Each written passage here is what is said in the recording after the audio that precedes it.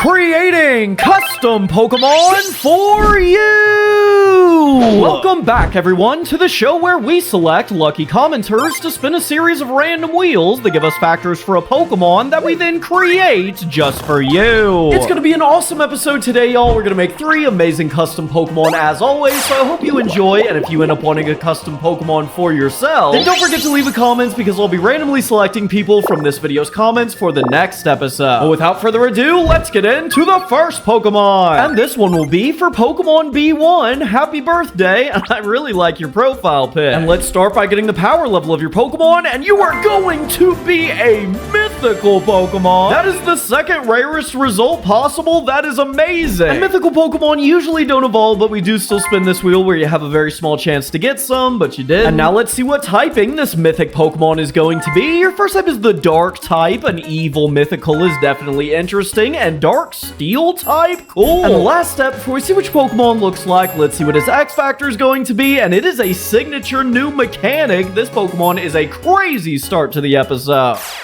In the long-forgotten kingdom that once ruled over the custom Pokemon region lies an undiscovered castle ruin that very little is known about, as anytime research teams are dispatched to the area, they never return. Your Pokemon is Mewtwo, the alchemy Pokemon, said to have originated from the twisted experiments of an ancient wizard who once resided in the castle. Mewtwo is imbued with dark magical abilities and has a body completely made out of living mercury. But that's not where the strangeness ends, because it also appears to be immortal, as despite the castle being abandoned for centuries, Mewtwo still resides within and is responsible for attacking the research team sent to learn the castle's mystery. But it doesn't do this alone. Introducing Mewtwo's sulfur form and its salt form. It looks like that evil wizard was quite busy, as mercury isn't the only alchemy material they turned into a living creature, but sulfur and salt as well, giving this trio a super strange appearance, but an even stranger new mechanic. You see, Mewtwo is very protective of their home and hates outsiders, but they're simply not strong enough to fight them off on their own. So just like the process of alchemy for which they're based, Mewtwo will combine together with its other forms to create new metallic monsters depending on which combination of the 3 Mewtwo fuse together. If it's mercury and salt form combined, they'll create Mewtwo shape-shifting form, a puddle of pure silver liquid that waits for intruders to get near before bursting alive and using its many razor-sharp bladed tentacles to thoroughly mince them. If it's mercury and sulfur form combined, they'll create its golden form. Now an incredibly durable golden dragon, this form is perfect for protecting the many valuables hoarded in the castle's basement. And if it's salt and sulfur form combined, they'll create its volatile form. An annihilating alloy demon, Mewtwo uses this form to launch jagged clusters of Stibnite at foes from afar, which shatter them to pieces. In terms of stats, all 3 of Mewtwo's combination forms have the same base stat total, but different focuses. As the shapeshifter form focuses on speed, the golden form on defenses, and the volatile form on offenses. And for the shiny, I swapped their metallic color palettes around because that seemed like the obvious thing to do. But now let's get into the second Pokemon. And today's second Pokemon will be for Rainbow Snivy. I'm glad you liked Friginix in the last episode. It was one of my favorite too. But anyway, Snivy, let's start by getting the power level of your Pokemon, and you are going to be a pseudo legendary. This episode has been ridiculously stacked so far, and all the pseudo-legendaries have been 3-stage evolution lines, but we do still spin this wheel where you can get less than that or a split evolution, but you got the standard 3-stage. And now let's see what typing this pseudo-legendary is going to be. Your first type is the normal type. Okay, that is quite the opposite of most pseudos. They're pretty much always dragon, but normal ghost type. That actually like instantly saves it. That typing is super cool. And the last step, before we see which Pokemon looks like, let's see if it has an X Factor, and you do a signature ability. Cool.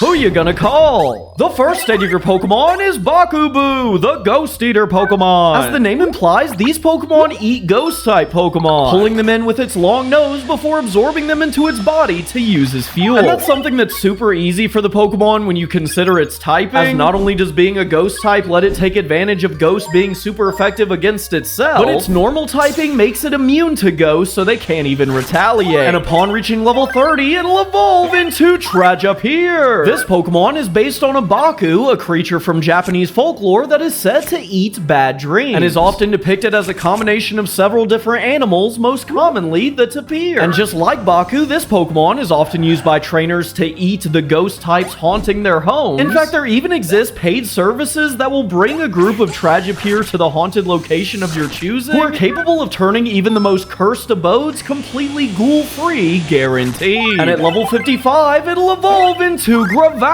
This terrifying tapir is so powerful, it's capable on feasting on even the most powerful ghost types found across the Pokemon world, with it even being said that the likes of Dusknoir and Spiritomb will run away at the first sight of it. And this ghost-busting prowess is reflected in its signature ability, Phantom Feast, which states that when Gravour defeats a ghost type in battle, it will receive a one-stage boost to all of its stats, a mostly niche ability that can be potentially busted in double battles, as you could use Gravour to attack your own ghost type on the first turn, making it a risky but potentially game-winning strategy. In terms of stats, Gravour is a mostly bulky Pokemon, but it does have respectable physical attack. And for the shiny, I went with this light blue and silver color. But now let's get into the third Pokemon. But before we get into the final Pokemon, it's time for the Member Modifier. This is the segment of the show where we take a fan favorite Pokemon from a previous episode in the series and give it a brand new upgrade. For today's episode, I had my channel members vote between 3 Pokemon to give a brand new Mega Evolution, and the options were Foilaflage, the ghillie suit stick bug sniper, Zangviper, a distant relative of Seviper and Zangoose that explains their heated rivalry, and Collapsor, the imploded star. And the winner was Zangviper, which when exposed to Zangite will evolve into Mega Zangviper. Unlike the legend of Zangviper, which says it was split in two by a brave warrior turning it into modern-day Zangoose and Seviper, Mega Zangviper has combated this by duplicating its body to have 2 snake tails and 4 clawed arms. Meaning if this Pokemon ever got cut in 2, it might just make 2 Zangviper. Huge thank you to all my channel members, and for the shiny, I went with these crazy purple colors to make it look more poisonous. And today's third Pokemon will be for Glowberry. Thanks so much. And of course, we'll start by getting the power level of your Pokemon, and you're going to be a Paradox Pokemon. Nice. And that actually makes it 2 full episodes since we got a regular Pokemon, which is actually kind of sad. But now let's spin this wheel to see what generation of Pokemon will be making a Paradox form for, and it's Gen 8. Awesome. And of course, now we'll spin this wheel that has every single Gen 8 Pokemon on it, and we got Snom. That's awesome because Snom is a fan favorite Pokemon, but it's also going to be pretty difficult to make a Paradox form for it, so I don't know. And every Paradox form keeps at least one of its old typings, so we know that Snom will stay bug type, but let's still spin this wheel to get a secondary type, and it's the fire type. Okay, that is literally the opposite of Snom's original typing, so that's insane. And the last step before we make this paradoxical Snom, let's see if it's a past or future Paradox form, and it is a past Paradox. Okay, so this is a prehistoric fire type Snom. Wish me luck.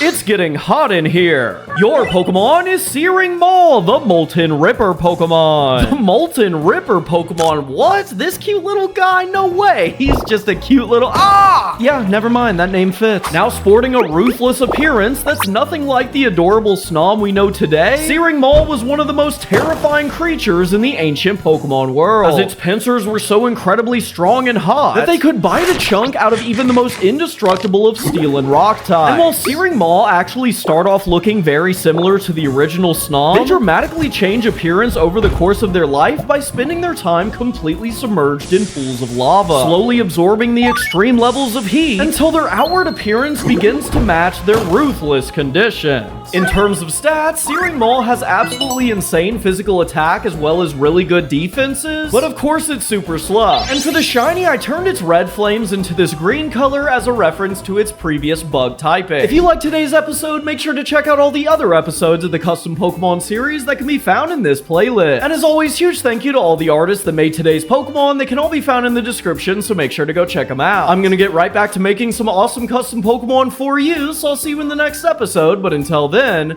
peace.